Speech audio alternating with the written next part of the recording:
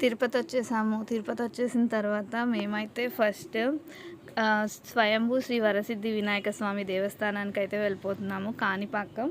అక్కడికి వెళ్ళిపోయిన తర్వాత ఫస్ట్ అయితే కోనేటిలో చక్కగా కాళ్ళు కడుక్కొని ఆ నీళ్లు నెత్తిన చల్లుకొని మేమైతే ప్రశాంతంగా దర్శనానికి అయితే వెళ్ళిపోయాము.